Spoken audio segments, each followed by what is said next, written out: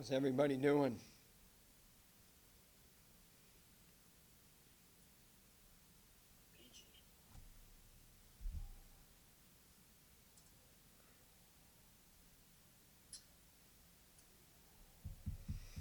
All right, thank you everyone for your patience. If I miss the recording privileges, please drop me a note in the chat.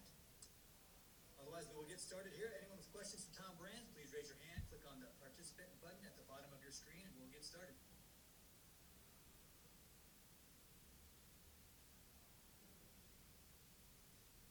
Going up to Minnesota.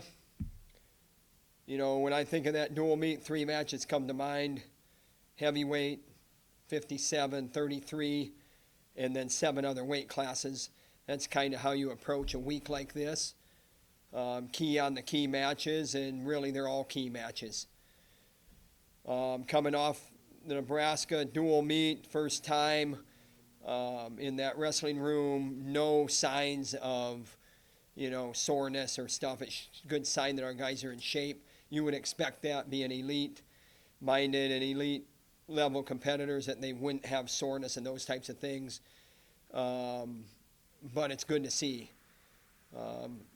Good minds go with good bodies. We have a group of guys that are focused, and we have a group of coaches that are focused. There's a lot of overlap there. And you can maybe ride the wave a little bit with the fans and the comments in the inbox this week, but we still lost 2 matches. And, you look at that dual meet, we could have won every weight class, and that's really how you look at things. And it was a dominating performance, but we're going to see that team again, and so we got to get better coming up here going into Minnesota.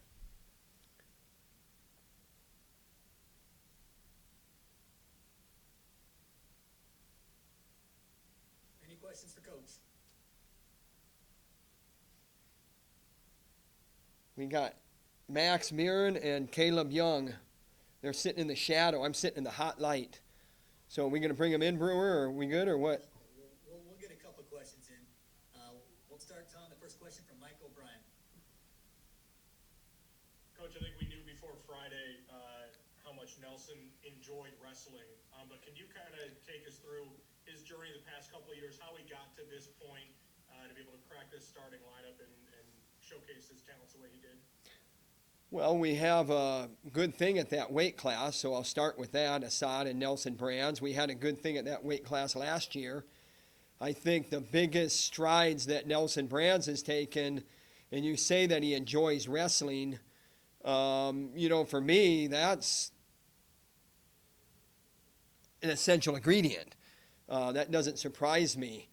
He grew up in a household of wrestling, so... to answer your question directly, consistency. Consistency in his workouts, evening things out. The highs aren't so high maybe, and definitely the lows aren't so low. We all have days where we don't perform how we want to in the practice room or even in the competition arena. But you find a way to persevere and find a way to get your hand raised when it counts in that competition arena. And he's started to iron that out, for sure, in a more consistent manner. He's popular with his teammates, I'll say that. He's pretty lighthearted, and he likes Kesha. What more can you say?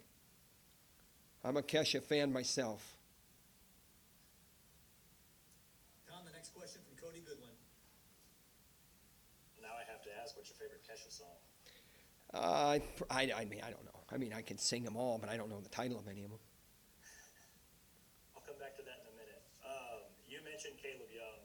Big match obviously coming up this weekend. He looked aggressive and just real comfortable out there last Friday, and that was his first bonus point win since I think the Midlands.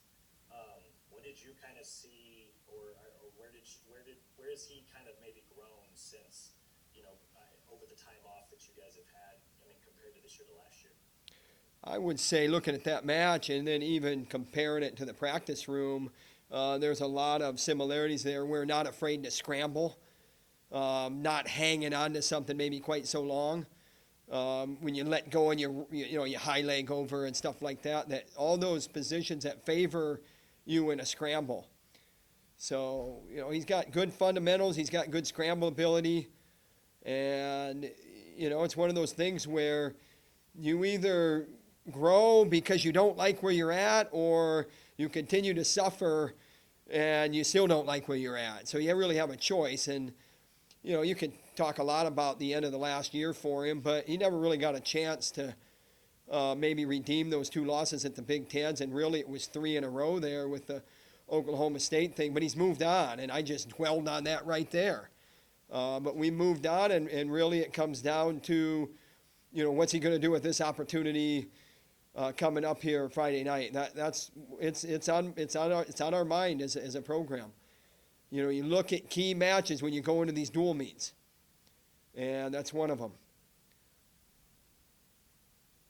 The next question from Grant Becker. I'm going to ask about another one of those key matchups, and you talk about opportunity. Obviously, Tony Cassidy going up against #1 ranked heavyweight. What does he have to do to close that gap there, and how good is it for him to get this match early in the season? It's important. It's the next match on the schedule, and that's why it's the most important match for everybody, really. But nothing to lose.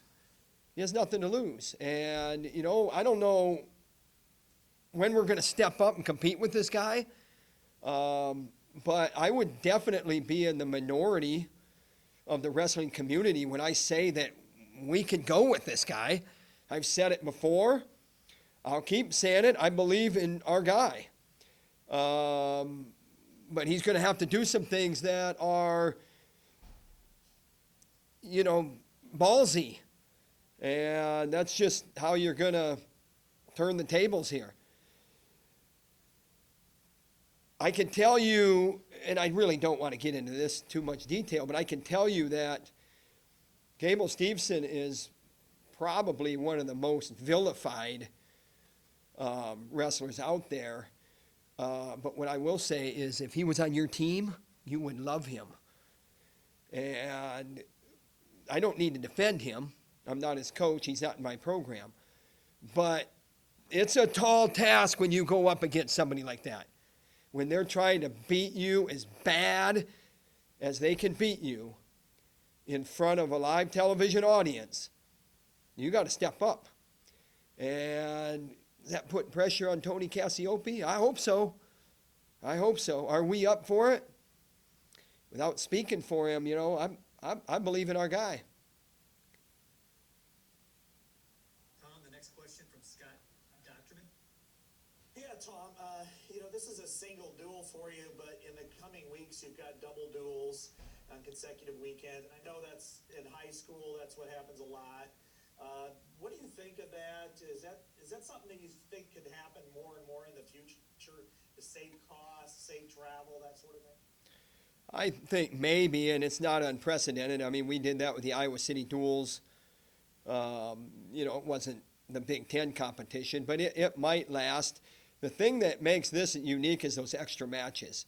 So you're basically throwing a whole nother duel out there, and maybe almost 2 duels out there in the try with the extra matches. So you really got to work on that scheduling and communicating, setting up those matches with the other coaches, making sure the weight classes match up, that type of thing, which is good. It's good for wrestling. It's good for this COVID time period. I don't know if it'll last or not.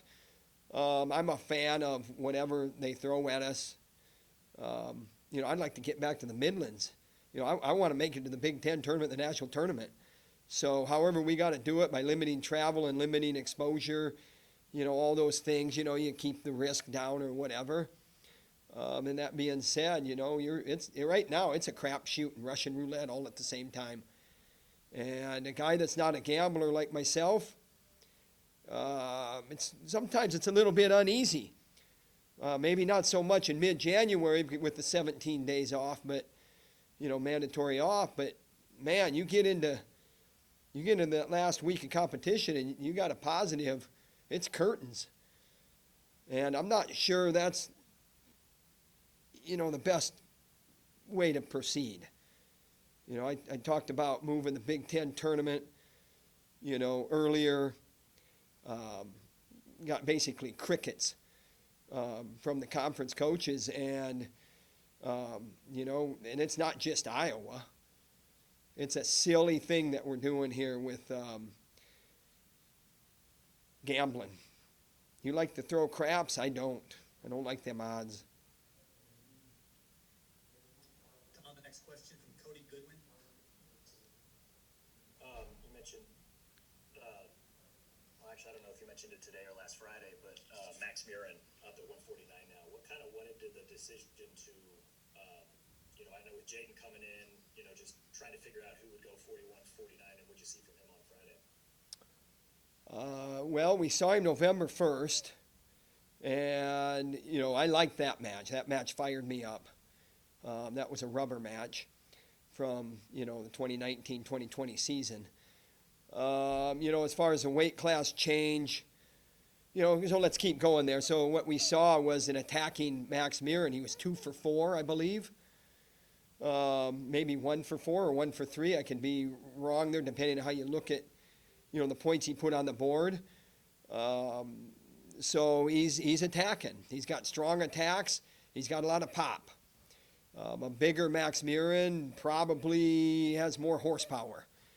He had a lot of horsepower at 41, but you see maybe just a little more pop in there, and he's got to keep it going. And then to answer the first or the other part of the question with Ironman, I think it was just something where Murin was getting bigger, and Ironman was an Olympic red shirt here last year, and probably teammates get pretty tight. There's probably a lot of conversations that I'm not at the table, and I don't know if it was an actual discussion or what. You can ask him. He's up next here, but those things work themselves out. And it doesn't mean that they're not competitive with each other, but it means that those things, they just fit. A lot of times, especially when you have, it's not all harmony, but when you have good, feelings or whatever, good vibes in that locker room. It's probably a better word, vibes, where our guys get along. I mean, it's a blast in that locker room. Time for one more. Cody, did you have a follow-up? Not exactly a follow-up, but I did have another question for Tom.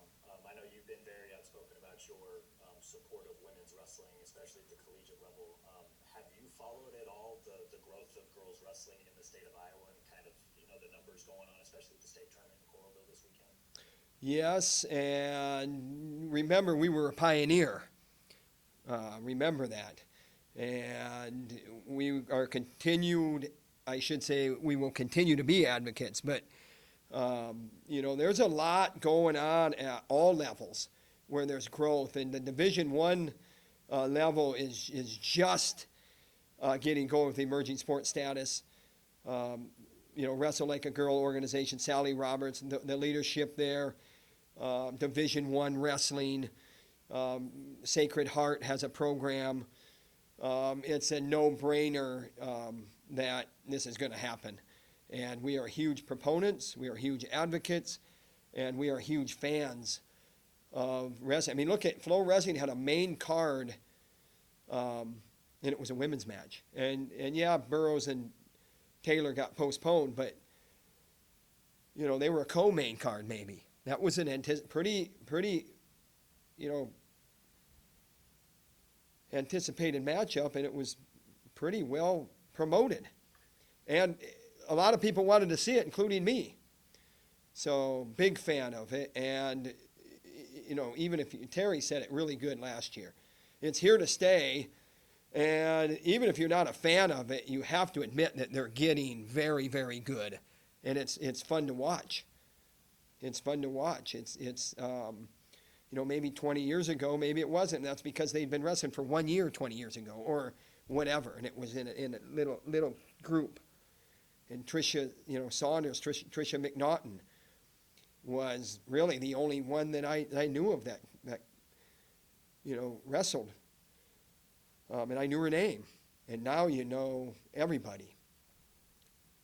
Final question, Tom, from Mike Halas.